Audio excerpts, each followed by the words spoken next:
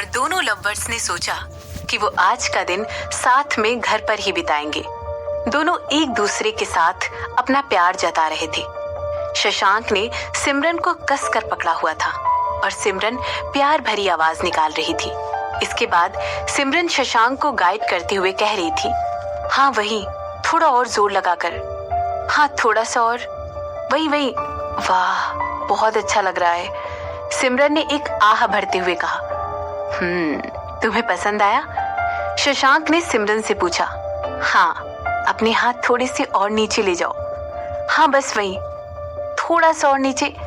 Okay बस ठीक है। ओह, सिमरन ने शशांक से कहा, मैं बहुत ज्यादा जोर लगाकर नहीं दबाऊंगा, वरना तुम्हें मेरी मसाज से कई जगह नील पड़ जाएंगे।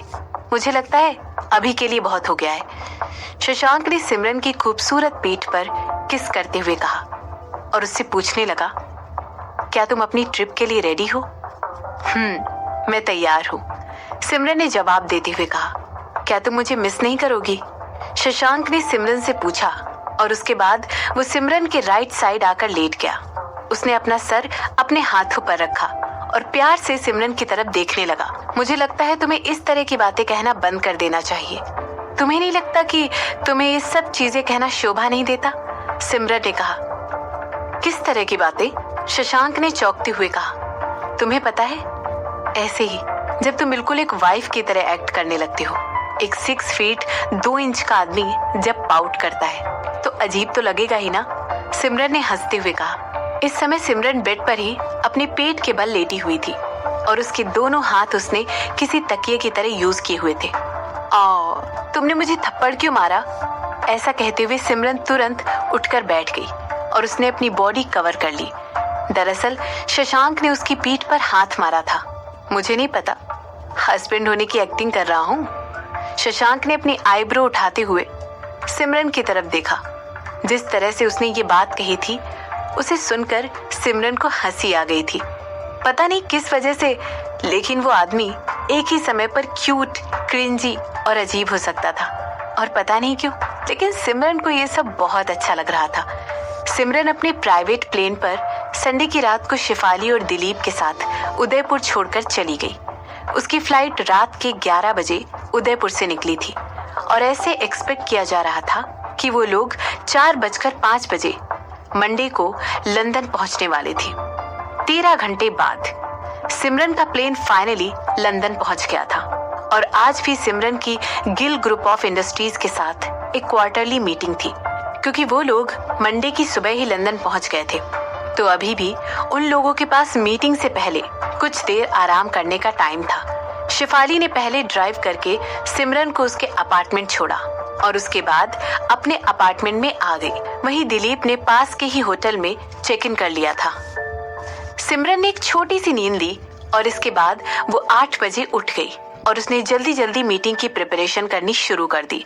दिलीप और शिफाली दोनों ही सिमरन के डोर स्टेप पर 8:30 बजे रिपोर्ट करने आ गए थे। मैम, ये वो विटामिन है जो शशांक सर ने आपके लिए तैयार किए थे और उन्होंने ये भी कहा है कि इन्हें हर सुबह ब्रेकफास्ट के बाद लेना जरूरी है, शिफाली ने सिमरन से कहा। इस समय सिमरन को समझ नहीं आ रहा था कि उसे हंसना चाहिए या रोना चाहिए, क्योंकि ये वही 3 कैप्सूल थे जो सिमरन ने पहले भी अपनी टेबल पर देखे थे। वो सोच रही थी कि शशांक के पास एक्चुअली आगे देखने की क्षमता थी कि उसने शिफाली को विटामिन की बोतल पास करके सिमरन के लिए दे दी थी, क्योंकि उसे कहीं ना कहीं पता था कि सिमरन उन्हें अपने साथ लेकर आना जरूर भूल जाएगी। ठीक है, सिमरन ने हाँ में सिर हिलाते हुए न्यूज पढ़ना कंटिन्यू किया और इसके बाद उसने वो इंग्लिश ब्रेकफास्ट करना स्टार्ट किया जो कि शिफाली उसके लिए खरीद कर लाई थी।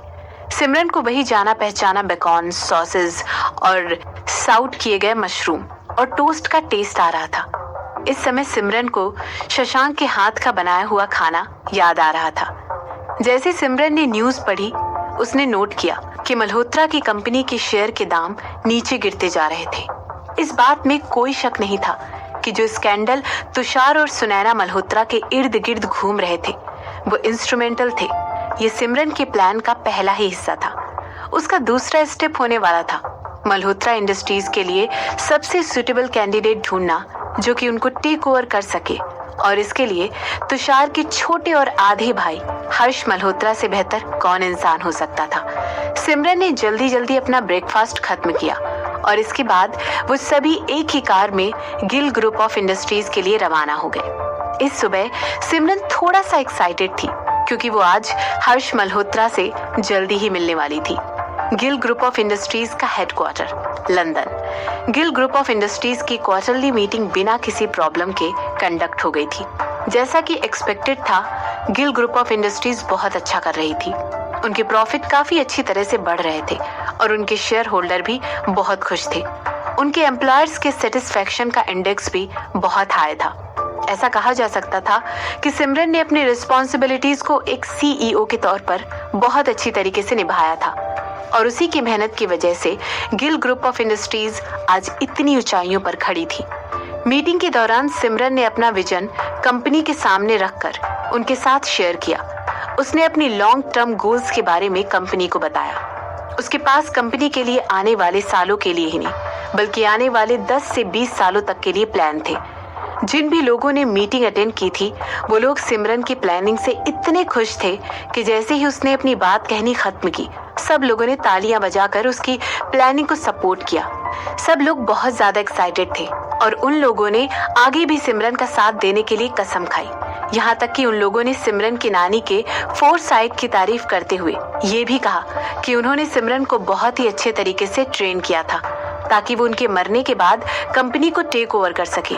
जैसे ही मीटिंग खत्म हुई, सब लोग फंक्शन रूम की तरफ बफेट लंच करने के लिए चले गए। वो लंच मिडिल और टॉप मैनेजमेंट के अलावा बड़े बड़े शेयर होल्डर्स ने भी अटेंड किया था। ये सबके लिए मिलने के लिए, बिजनेस के बारे में बात करने के लिए और कैजुअल कन्वर्सेशन में एंगेज होने के लिए एक अपॉर्चुनिटी थी। मैंने सुना कि तुम्हें उदयपुर में टेक ओवर के साथ काफी मुश्किलें आ रही हैं। एक लंबे से मिडिल एज के आदमी ने अपने फेस पर एक स्माइल के साथ कहा। वो आदमी हर्षित नांगिया था। ये आदमी स्पेन में नांगिया कंस्ट्रक्शन का मैनेजिंग डायरेक्टर था। आखिर तुम एक जबरदस्ती किए हुए टेक ओवर से और क्या एक्सपेक्ट कर सकते हो? एक मिडिल एज की औरत ने आंसर करते हुए कहा। इसके बाद वो कहने लगी, मगर हमारी सिमरन बहुत ही स्मार्ट है और मुझे उस पर पूरा भरोसा है। वो उन लोगों को बहुत ही अच्छे तरीके से हैंडल कर लेगी। क्या मैं सही कह रही हूँ? डायरेक्टर सुमन, आप मुझे ब्लश करने पर मजबूर कर रही हैं, सिमरन ने जवाब देते हुए कहा। इसके बाद वो कहने लगी, हम लोग उसी मॉल की पहली रिटेल ब्रांच को अगले साल पहले क्वार्टर में उदयपुर में खोलने का प्लान कर रहे हैं। अगर तुम्हें कोई भी मदद चाहिए तो तुम्हें अच्छी तरह पता है कि तुम हमें एक कॉल कर सकती हो। अगर हमें तुम्हारे साथ काम करने का मौका मिले तो ये हमारे लिए सौभाग्य की बात होगी, हर्षित ने मुस्कुराते हुए कहा। उनकी आंखों में इस समय गहराई थी जो कि बहुत ज्यादा अच्छी तरह से दिखाई दे रही थी। इस महीने की शुरुआत में ही सिमरन ने उन लोगों से उन सारे प्रोजेक्ट में बोली लगाने के लिए कहा था जिन सब में मल्होत्रा कंस्ट्रक्शन ने भी पार्टिसिपेट करके बोली लगाई थी। मगर उस बारे में सोचना जरूरी था। अभी वो इस बारे में श्योर नहीं था और ना ही उसमें इतना कॉन्फिडेंस था कि वो मल्होत्रा कंस्ट्रक्शन के खिलाफ जाकर उन बिड्स को जीत सके। आखिरकार मल्होत्रा कंस्ट्रक्शन इंडस्ट्री में सालों से टिकी हुई थी और उनकी फाउंडेशन भी बहुत ज्यादा स्ट्रांग थी। उन लोगों के पास एक अच्छी लीडरशिप थी और साथ ही साथ उनके रेवेन्यू भी इतने सालों से लगातार आ रहे थे, जबकि नांगिया कंस्ट्रक्शन इस इंडस्ट्री में बहुत नए थे। और जिस बात ने हर्षित को सबसे ज्यादा बौखला दिया था वो ये थी कि आखिर सिमरन मल्होत्रा कंस्ट्रक्शन को अटैक क्यों करना चाहती है, जबकि वो अच्छी तरह से जानती है कि वो कंपनी मल्होत्रा कंपनीज की बाकी कंपनी में से सबसे ज्यादा प्रॉफिट देने वाली सब्सिडरी कंपनी है। ये बात सभी लोग जानते हैं कि मल्होत्रा और गिल फैमिली बहुत पुराने दोस्त हैं। यहाँ तक कि सिमरन और तुषार काफी पहले इंगेज भी हो चुके हैं। हालांकि हाल फिलहाल के मल्होत्रा फैमिली में चल रहे षड्यंत्र की वजह से मल्होत्रा की होल्डिंग पर काफी असर पड़ा था और इसमें ये वाली सब्सिडरी मल्होत्रा कंस्ट्रक्शन भी थी और ये बात हर्षित अच्छी तरह समझ गया था। हाल फिलहाल में जो इंस्टेबिलिटी इस समय मल्होत्रा कंस्ट्रक्शन में आ गई थी वो लोगों को एक परफेक्ट अपॉर्चुनिटी देने वाली थी कि वो लोग उन सारे प्रोजेक्ट को उनसे छीन सकते थे जिनके लिए भी उन लोगों ने बोली लगाने का प्लान किया था। इस समय मल्होत्रा कंस्ट्रक्शन में सभी लोगों का फोकस पब्लिक रिलेशंस को मेंटेन करने पर होगा और वो सोच रहे होंगे कि किस तरह से सिचुएशन को अपने फेवर में टर्न कर ले। इस समय वो लोग अपने स्टॉक प्राइसेस को वापस से स्टेबलाइज करने में बिजी होंगे। वो लोग कोशिश करेंगे कि उनके स्टॉक प्राइस इससे आगे और ना गिरे। तो आखिर उन्हें हर्षित के वेल प्लान प्रपोजल के अगेंस्ट लड़ने का टाइम कहाँ से मिलेगा? इस समय हर्षित सिमरन को घूर कर देख रहा था, जो कि बाकी लोगों से हंस हंस कर बात कर रही थी।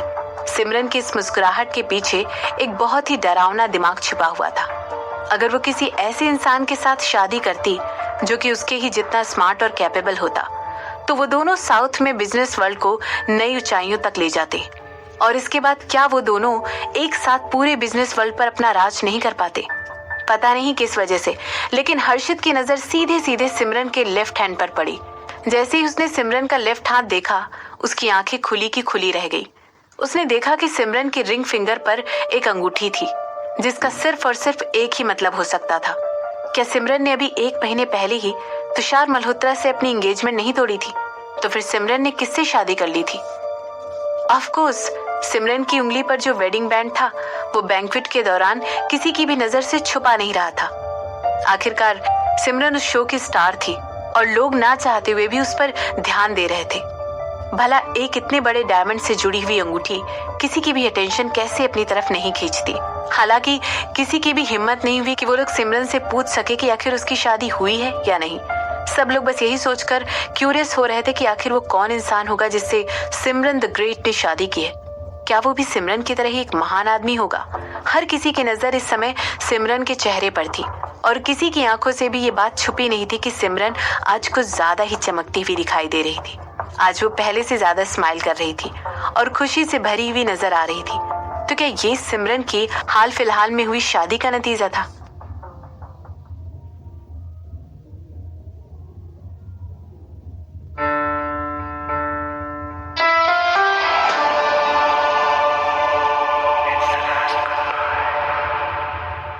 लंदन में वार्डोर स्ट्रीट के पास एक कॉफी शॉप। मैडम, प्लीज मुझे लेट आने के लिए माफ कर दीजिए, एक लगभग 20 साल की उम्र के आदमी ने कहा। वो सिमरन के सामने थोड़ा सा झुका और फिर स्ट्रेट होकर खड़ा हो गया। इसके बाद वो आशा भरी नजरों से सिमरन की तरफ देखने लगा।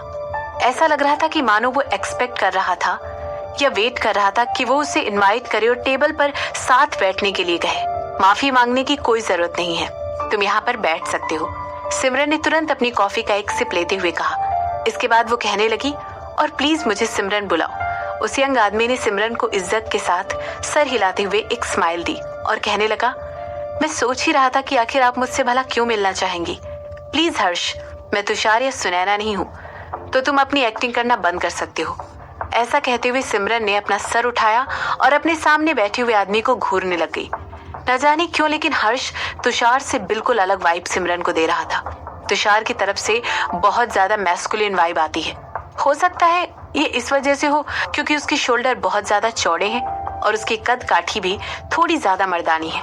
इसके अलावा उसकी छोटी सी दाढ़ी उसे एक रग्ड लुक देते हुए हैंडसम बनाती है, जो कि हर्ष का लुक लड़कों जैसा था और 6 फुट का आदमी होने के बावजूद भी वो बहुत ज्यादा पतला था।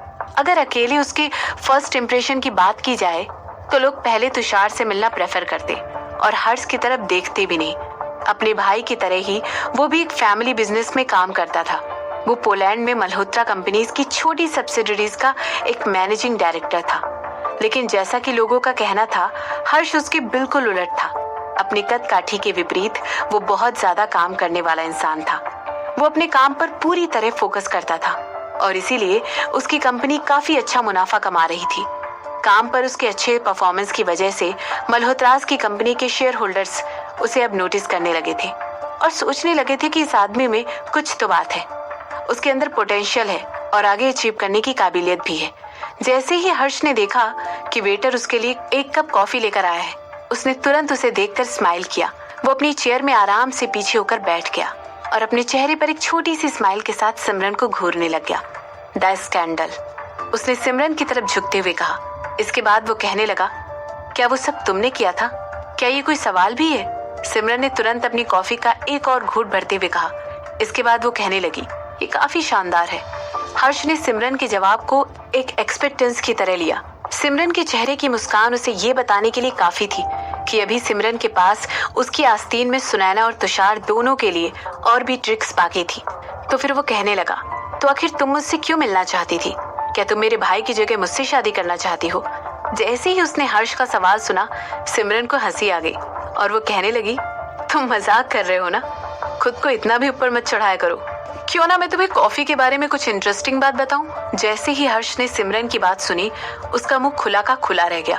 वो समझ नहीं पा रहा था कि उसे सिमरन की इस बेबाकी पर हंसना चाहिए या रोना चाहिए। हमारी 99% कॉफी डेवलपिंग या तो थर्ड वर्ल्ड कंट्रीज में बहुत ही सस्ते लेबर के साथ उगाई जाती है। सिमरन ने उसे बताना शुरू किया। इसके बाद वो कहने लगी, मगर मुझे यकीन है तुम्हें ये बात पहले से ही पता है।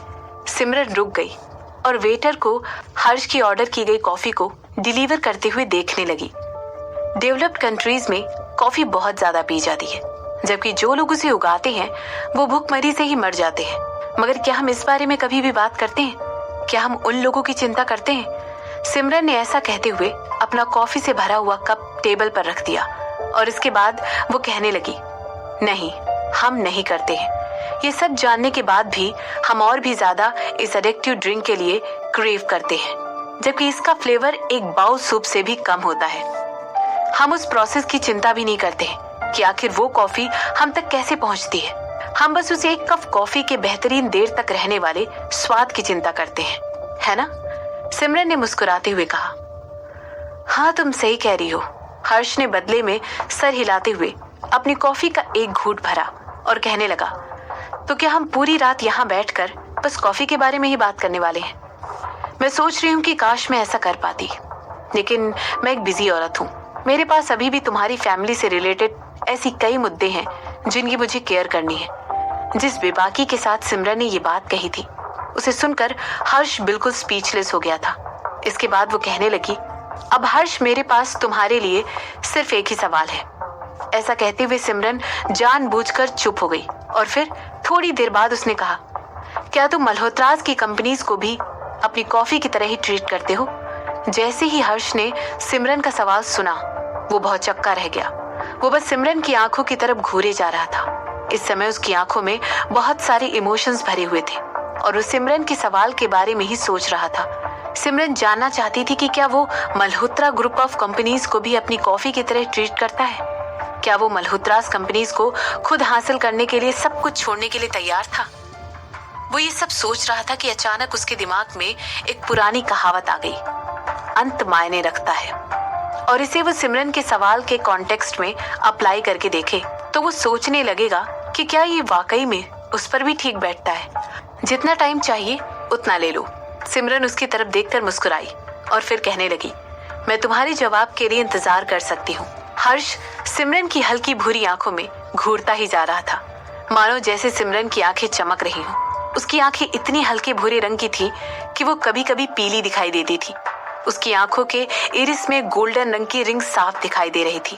उसकी आंखें इतनी नशीली थी कि सामने वाले को उनमें देखने पर मजबूर कर देती थी और एक बार उनकी तरफ देखने के बाद कोई भी उनसे मुंह नहीं मोड़ सकता था। जैसे वो सिमरन की आंखों में देखने लगा, वो उनमें इतना मदहोश हो गया कि अपने ख्यालों में खो गया। हर्ष अपने पिता मिस्टर मल्होत्रा का दूसरा बेटा था, लेकिन उसकी माँ बस एक मिस्ट्रेस से कुछ ज्यादा नहीं थी।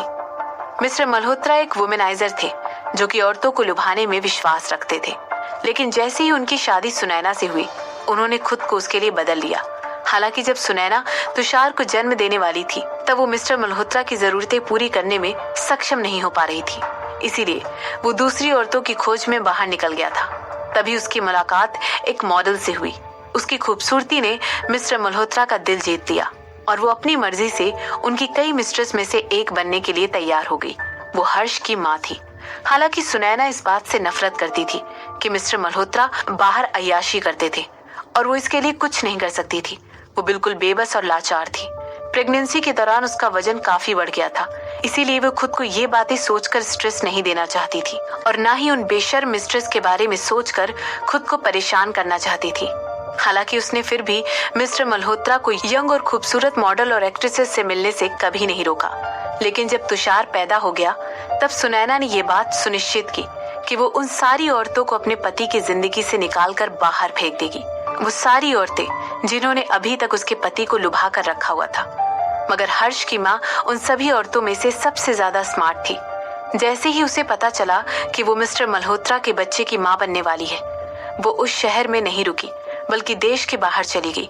उसने एक हेल्दी बेबी को जन्म दिया और हर्ष को लाकर मिस्टर मल्होत्रा की गोद में डाल दिया। इस बात को जानकर सुनैना बहुत ज्यादा अपसेट हो गई थी। जैसे ही ये कंफर्म हुआ कि हर्ष वाकई में मिस्टर मल्होत्रा का बेटा है, सुनैना ने तुरंत हर्ष की मां को मरवाने की कोशिश की।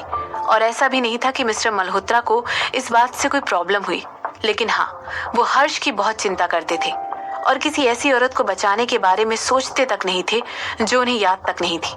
हर्ष की मां की मौत के बाद मल्होत्रा खानदान ने हर्ष को गोद ले लिया और उसे पाल पोस कर बड़ा किया। जैसे जैसे हर्ष बड़ा हो रहा था, सुनैना उसे हर पल याद दिलाती रहती थी कि वो एक नाजायज औलाद है और एक ऐसी औरत का बेटा है जिसने एक अमीर आदमी को अपने फायदे के लिए फंसाया था। सुनैना का गुस्सा बस उस समय थोड़ा सा कम होता था जब वो नोटिस करती थी कि तुषार के मुकाबले हर्ष थोड़ा सा बेवकूफ था। उसे चीजें तुषार के मुकाबले इतनी जल्दी समझ में नहीं आती थी। तभी ये बात सुनिश्चित करने के लिए कि तुषार की ब्रिलियंस कभी भी चैलेंज ना की जा सके, सुनैना ने अपने पति को सजेस्ट किया कि उन्हें हर्ष को वहां से दूर भेज देना चाहिए और उसे मल्होत्रा कंपनीज की छोटी सब्सिडरीज की देखभाल करने के लिए पोलैंड भेज देना चाहिए। अपनी पूरी लाइफ के दौरान हर्ष को अपनी इंटेलिजेंस जानबूझकर छिपानी पड़ी थी ताकि वो सुनैना के थ्रू टारगेट ना किया जा सके, मगर उसकी पोटेंशियल कुछ शेयर होल्डर्स के थ्रू अननोटिस्ड नहीं की गई थी और उन्होंने अच्छी तरह नोटिस कर लिया था कि कितनी अच्छी तरह उनकी छोटी सी कंपनी जो कि पोलैंड में है बाकी सारी कंपनियों से ज्यादा अच्छा परफॉर्म कर रही थी। और ये सब तभी से हुआ था जब से हर्ष ने कंपनी को मैनेज करना शुरू किया था।